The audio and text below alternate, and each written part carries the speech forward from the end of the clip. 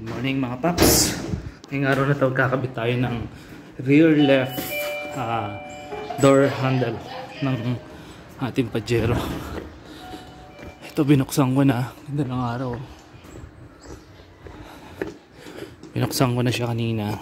So balik lang natin uli. Okay. So ito yung sa may switch ng power window.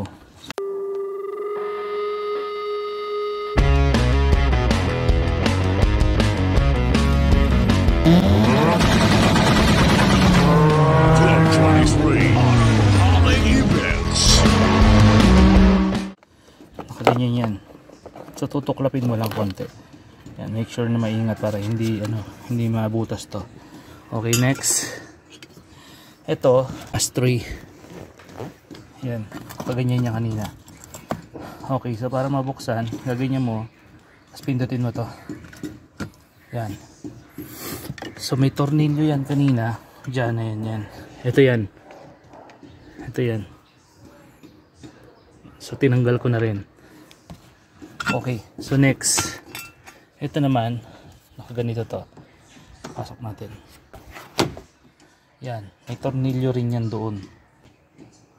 Makita. Ayan. Ito rin yan. Yan. So all in all. So sandali. Tanggalin muna natin. Tulak mo lang ng paganyan yan.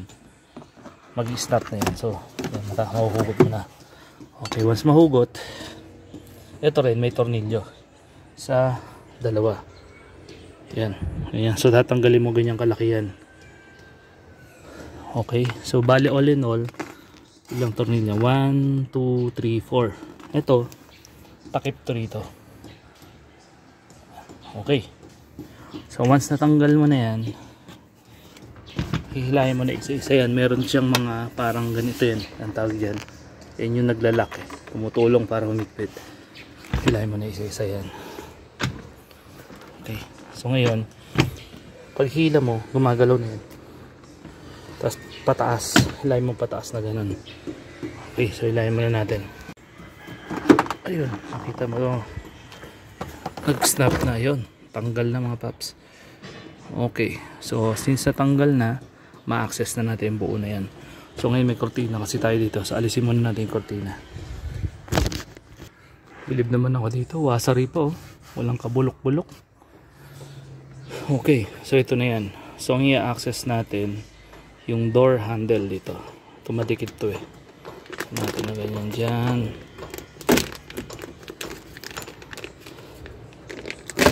Yan. Naputol na kasi. Ito yan. Ito yung papalitan natin. Wala na kasi siya.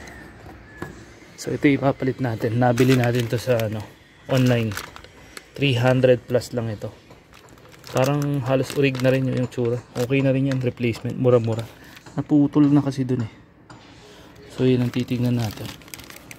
Kung bakit nagkaganon. Saan nagkamali ito. Alright. So tanggalin na natin paps. Ito na yung nabili ko. Chrome finish siya. Plastic din. Plastic ba? Yeah. Plastic. Pero okay na din. Replacement. Ayos na rin. Okay din eh. Oh.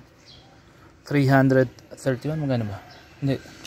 Oh, parang ganun nga. Basta less than 500. Sabihin mo na. Mura pa rin, di ba? Okay. So ngayon, ang ginamit nating tool kanina ito. Ngayon, gagamit tayo ng special tool para ma-access natin to. Medyo patagilid eh. Tsaka WD-40 kakana tayo para matanggal. Kasi yan.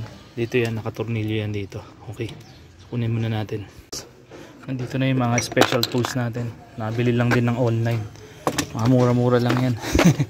Okay, tapos itong Evra Reliable spray.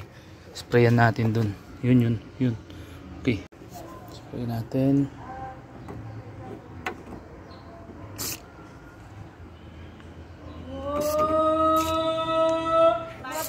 Okay, yes. So gumamit tayo itong parang bendable na tool ito. So susuot lang natin dito. Ma-access natin siya. Okay, yun. Okay, right. Okay, one down. So ito na yung tornilyo. Maliit lang. Yan natin dyan. Ang problema natin ito, medyo pikado. Tokado dun. So gagawin natin ang discard kung paano. Okay. Work yan mga paps. Ito. So ilalak natin. Halimbawa na isarado na. Sumarado na kunyari. Yun. So nag-snap na yun. Sarado na itong lock. Ngayon, pag binuksan mo yan, binuksan mo rito, ito to. Pag ginanya mo, ito gagalaw. Itutulak niya naman to. Tulak niya pababa. Yan. Para umangat to. So try natin na. Tataas ko to. Ayan, napansin nyo. Gumalaw to. Tumaas doon. So nangyari, sa labas, hindi ko na nabubuksan kahit ganituhin ko. Ang nangyari kasi, ito, naputol. Saan yung banda yun? Ito yung naputol. Yan o. Ito niya. Dito naputol. Dito. Ayun yung naputol. Kaya, yan yung dalawa na yan. Kaya hindi niya na mahila. So, nangyayari kasi, ito to. Pag hinila mo sa labas, binababa niya yan. Binababa. Ito. Pag hinila mo yung doorknob sa labas, doorknob yung outer door opener sa labas, binababa niya yan, tapos tinataas niya tong lock. So ganun yung concept niya. So since putol na, kaya nga tayo bumili, papalitan natin. Okay, so ngayon buksan na natin to. Rito, so dito natin titirahin, ilulusot natin yan dito. G's pala, 10mm yung gamit natin, tsaka ito 10mm. Ayan, nakikita nyo ba? Yun o. Yun. Okay, so ito G's din. So gagamitan na lang natin ng ganito. Ayun, abot na. Nadali na. Sinuko na ang bataan mga paps. Okay, ikot-ikot lang. Yeah! Ako. Pumasok. Paps, finally, after 10 years, nahugot din. Kinalawang eh. Okay. So ngayon, hugutin na natin to. Tatanggal na yan. Ayun. So tanggal na. Ganun lang kasimple. Wala na siyang kable nakakabit dito. So ito nangyari dyan mga paps. Ulitin natin. Yan o. Ito kasi yan eh. Pag hinila mo sa labas, pak, pak, pak, pak. Galing yan. Gumagalaw yan. Ito yung gumagalaw. Ito yung nagtutulak para bumukas. Yan, ito. Ito yung nagtutulak. Ang nangyari, naputol na rito. Ayun o, putol. Pakita ko tong bago. Saan yung bago? Yan. Ayan o. So, ganyan siya. So, dito yan. Ito yung tutulak. Ngayon sa labas. Ayan o. Ito yung naputol. Yun o. Yan yung naputol. Kaya next time, pag mangyari sa inyo yan, huwag kayong maglala, madali lang na ma-repair. Kahit kayo, pwede i-DIY nyo na lang. Pero kalimitan, minsan nakaka-destroy it yourself tayo. Pero matututunan nyo rin yan. Okay, so ikakabit na natin.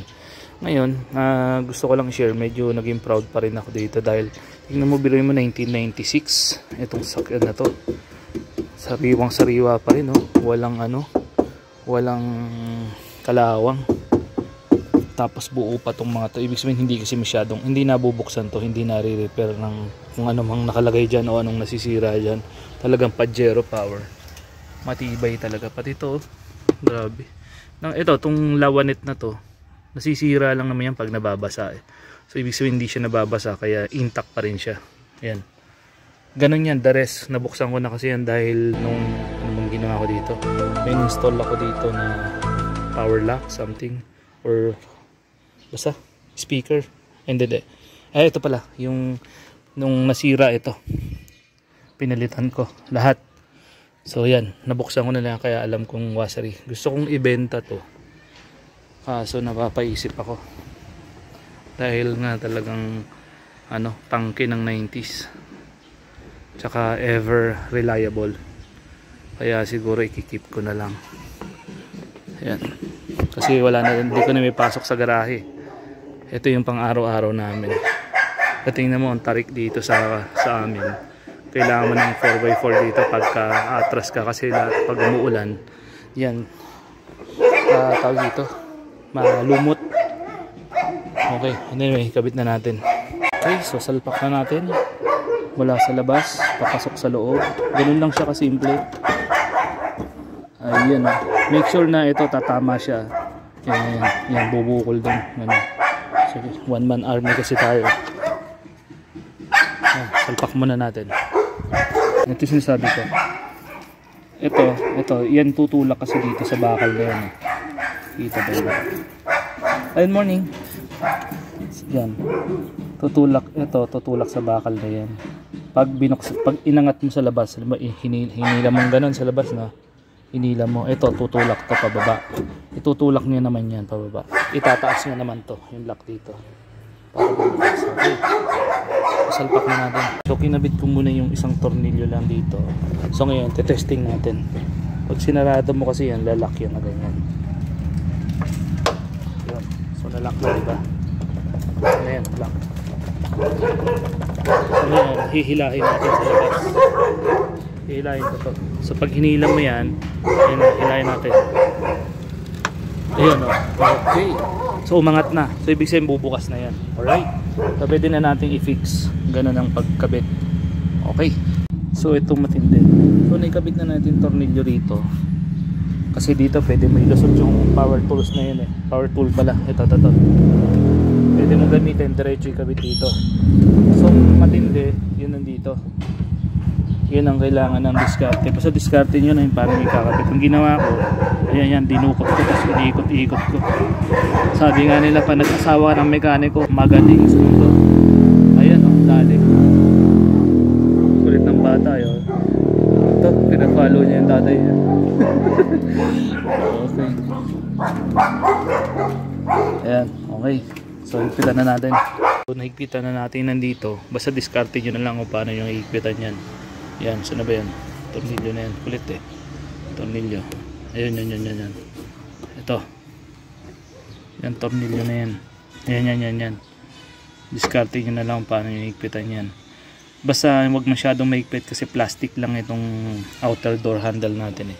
So ito naman, mas madali. Yun yung malang. Yun nga, sabi ko nga, yung tipong humigpit lang, kumbaga hand tight lang. Wag din naman masyadong hindi mahigpit kasi nagbabibrate to, tendency niyan pwedeng lumuwag, kumalas yan. So saktuhan lang, alalay lang ba yan, kasi pag na sobrang sa higpit pwede mag crack yan. So nangyari, bibili na naman kayo. Yan. Okay, so mahigpit na, balik na natin lahat. So yan na, okay, check natin ngayon.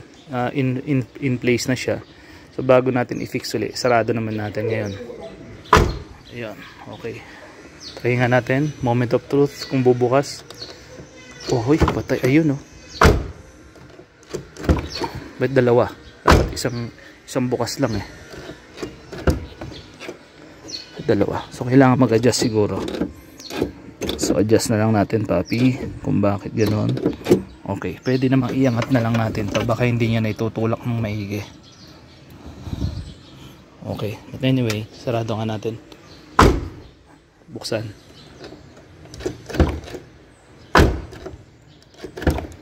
Dalawa. So dapat isa lang. So yun na i-figure out natin why. Check natin ulit. One more try mga paps. Close. Hila. Yun no. Open. Hindi na kailangan dalawa. 1, 2. Okay. So ang ginawa ko, ito. Yan. Hinila ko pataas. Hinila no? Ito. Yan. Hinila ko pataas. Tapos nag WD-40 ako. Yan, para matulak niya pababa naman. Hey, good morning po. Okay. So ngayon, final try. Bago i-fix. Yun. All goods. Alright. So pwede na ibalik. Ingay ni Bruno dun sa taas. Oh. Okay. Balik na natin mga paps. So ito, urig pa to. Papi. Urig na pandikit pa yan. Urig na plastic niya pa yan. Ito, magandang may ganyan yung mga sasakyan ninyo pag nagbubukas kayo. Tingnan nyo kung meron pang ganito, insulator kasi ito yung mga paps eh. Para yung noise sa labas hindi papasok sa loob. Ibig sabihin eh, tahimik pa rin. So naikabit ko na. Ang kagandahan dito sa sasakyan nating luma na to, kahit na matagal na, pag sumakay ka sa loob tapos nakasarado lahat ng bintana, talagang tahimik pa, hindi mo masyadong marinig sa labas. Hindi masyado I mean, hindi siya parang kumbaga sa edad niya, hindi siya maingay. Wala kang marinig sa labas na parang ano, kumbaga nakasealed ka pa rin sa loob. Kasi nga kompleto pa yung mga yan. Ngayon, kung ito mga insulator. Ngayon, kung wala na kayong ganito, wala na kayong insulator, yung mga sasakyan ninyong nabili second hand, pwede man kayo bumili ng ano, medyo makapal-kapal na plastic cover. Ay hindi, malutong yun greenhouse plastic yung ginagamit sa mga garden. Yun, talagang makunat yun. Pwede nyo gamitin yun, tapos ihulman nyo na lang na ganyan. Mura lang yung greenhouse plastic, 180 yata, ang dami na. So ilang sasakyan na makakabitan nyo ng ganun. So yun, kasi yun makunat yun, tsaka hindi lumulutong kasi ginagamit nga sa garden yun. Kahit maarawan yun, all goods pa rin. So anyway, kabit na natin mga paps. Alright, pagkabit naman, uunahin natin ikabit itong door pin. Tapos make sure na bago natin isalya pababa, ito ilalabas natin itong switch ng ano, yung socket ng power window. Ayan. So ganyan yan. Tapos tulak pababa, tulak tapos push pababa. Okay, dali medyo pukpukin nyo ng konti. Make sure na yan kumapit lahat dyan. Yan. Okay. Yan. So okay na siya. Ay, sana yung bumagsak yung ano, harness. Ayan. Okay, so nakuha ko na. Kabit natin tong ano muna, tong switch ng power. Okay, sandali. Sandali. Sana yung switch ng power mirror ay window. Ayun.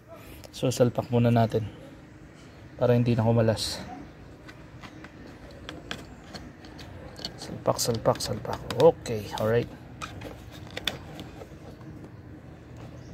Ayan, ganun lang siya kasi yung betas. Pasok mo na ng ganyan. Ayan. Ayan, pasok na. Okay, yan mga yan. Ito yung ano yung pandikit kasi ng insulator sa loob na plastic Kaya ng WD-40 yan. Okay, so since nasalpak na, ito, make sure na tatama sa butas. Ayan, yung mga yan. Para wag nyong basta-basta pukpukin papasok kasi pwedeng hindi tatama sa butas ang mangyayari dyan. Babaloktot, sayang lang. Okay, yun na, pumasok na. Pukpuk. Ayun. Ayun. Pasok na ba? Pasok na. Okay, so pasok na natin mga tornilyo. Tornilyong malaki muna. Ito. Pareho ba? Pareho lang pala Okay, tornilyong malaki.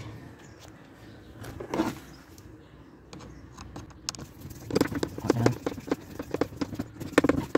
Salpak na rin natin. Alright, okay. Pasok natin to. Yan, so ulitin ko, bago nyo ipasok, ito, pag ibabalik nyo na itong sidings cover, yung cover na siding, itong door pin, dapat yan ang unahin yung pumasok. Okay. Oh, so may nakalimutan ako. Ito. Balik natin. Limutan ko isalya. Pasok. Dito lang naman yan Cover lang yan dito para, yan nga, yung in-access natin kanina yung tornilyo doon. So yan yun. Ito rin, makatulong yan kasi para hindi maingay. Okay. So balik na natin ulit. Excuse me. Itong cigarette, itong ashtray nya, ganyan. Ganun lang. Dali lang naman siya. Tapos, syempre, kailangan natin ulit ito. Tapos, ano mga paps yung mga tornilyo nya, urig-urig pa. Yun ang kagandahan dito sa, ay baligtad. Yun. Yun ang kagandahan dito sa rig natin Urig pa talaga. Biruin mo yun.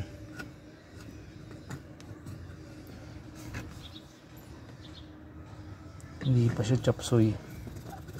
Okay. Ito meron siyang ano rito, stopper. Yan, ganyan. Tapos pindutin nyo to. Pak! Yun pasok na. So ngayon itong isa naman. Ito. So pag ganyan ang pasok. Pak! Yan. Ganun mo lang. Tapos pasok natin yung tornilyo ulit. Tornicles. Ayun Okay, so testing uli natin. Sarado natin. Okay, open. Yun, no? One click. Galing Ayan na siya. All goods na. Okay, so open uli. Ayun, no? Okay, so ngayon, ito na yung pinagpalitan, Paps. Yan. Dito na putol. Yan. Dito, tsaka dito na putol. Kaya kapag nangyari sa inyo to, silipin nyo na agad yan. Pero for sure dito na naputol yan. Or minsan dito. Pero malabo rito eh. Dito lang talaga. Dito lang ang putol yan. Okay. So, ulitin ko. Sa online meron ito. Wala pang 500. Sabihin mo na. 300 something. Hindi ko masyadong sure. Kasama na shipping. O syempre, labor of love. Yun na lang ang nagpamahal doon. Okay. So, tapos na uli yung ating gagawin. So next naman, abangan nyo yung next video natin kasi yung speedometer nito hindi gumagana. So hinihintay ko lang dumating. So papalitan natin. Yung dito, speedometer sensor. Nandyan, something dyan. Malalim eh. Bale, turo ko na lang sa next video natin. So abangan ninyo yan. So yun na mga paps. Nakabit na natin. Naka-DIY tayo ngayong umaga. Ang ganda ng araw. So sana safe kayo at laging mag-iingat. Kung nagustuhan nyo yung video na ito, syempre, dating gawin mga paps. Like, comment, share, and subscribe. And Papi Power. Yun, no? Okay. Right.